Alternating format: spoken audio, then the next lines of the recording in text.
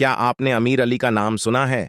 राजस्थान के इतिहास में यह वह व्यक्ति है जिसके धोखे के कारण महिलाएं जौहर नहीं कर पाईं और उन्हें तलवारों से काटना पड़ा। तो चलिए आज जैसलमेर के राजा लूणकरण को याद करते हैं, जो मित्रता के नाम पर राजस्थान के सबसे बड़े धोखे का शिकार हुए। अमीर अली कंधार का नवाब था तथा उसकी उसके भाई के साथ लड़ाई हो गई और उसके भाई ने उसे हरा दिया।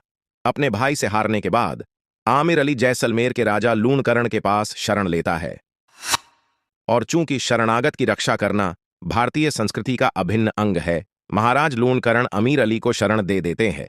वह दोनों अपनी मित्रता को दर्शाने के लिए पगड़ियां बदलते हैं। लूणकरण अमीर अली को जैसलमेर में जागीर देकर उसके रहने का प्रबंध करते हैं। दिन बीतते हैं, राजा का अमीर अली पर विश्वास बढ़ता जाता है और राजा अमीर अली पर बहुत ज्यादा विश्वास करने लगते हैं। अमीर अली एक बार राजा से कहता है कि उसकी बेगमें रानीवास की महिलाओं से मिलना चाहती है, पर वह नहीं चाहता कि कोई और उसकी महिलाओं को देखे।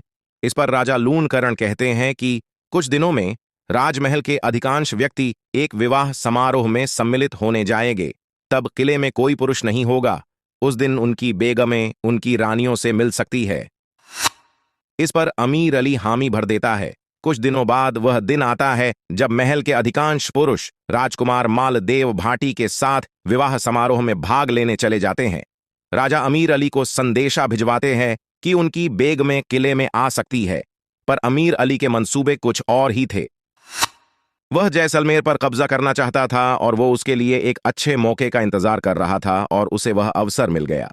वह महिलाओं की पालकियों में अपने सैनिकों को बिठा देता है और उनमें हथियार रखवा देता है, और प्रत्येक पालकी को उठाने वालों की जगह भी सैनिक लगा देता है। जब अमीर अली की पालकियां किले के प्रथम द्वार को पार कर रही होती है तो वहां उपस्थित एक सैनिक को उन पर शक हो जाता है और वह पालकियों की तलाशी लेने को कहता है। अमीर अली उन्हें समझाता है, पर वह सैनिक नहीं मानते। जब अमीर अली को लग जाता है कि यदि पालकियों की तलाशी हुई तो वे पकड़े जाएंगे और किले के बाकी दरवाजे बंद हो जाएंगे, तो वह वहीं से अपने सिपाहियों को हमला कर देने का आदेश देता है। अचानक हुए इस हमले से सिपाही भी कुछ समझ नहीं पाते हैं। वह जैसे तैसे किले के अंदर खबर पहुंचती है कि अमीर अली ने विश्वासघात कर दिया है और किले पर हमला हो चुका है। पर किले में उस वक्त बहुत कम ही पुरुष थे, इसीलिए हमेशा की तरह जब सिपाही कम और हार निश्चित थी तो साका किया गया। पर एक समस्या सम्मुख आ खड़ी हुई। साके में सबसे पहले जौहर किया जाता है, जिसमें महिलाएं अग्नि स्नान कर लेती हैं। जौहर पूरे विधि विधान द्वारा किया जाता है, पर अब जौहर करने का समय नहीं बचा था। दुश्मन किसी भी वक्त किले में प्रवेश कर सकते थे। तब महिलाएं कहती हैं कि उन्हें तलवारों से काट दिया जाए। इस पर महिलाओं को तलवार से काट दिया जाता है, और इस युद्ध में महिलाएं अग्नि स्नान नहीं कर पाती, इसलिए इस युद्ध में जौहर नहीं हो पाता, वरना इसमें धारा स्नान होता है।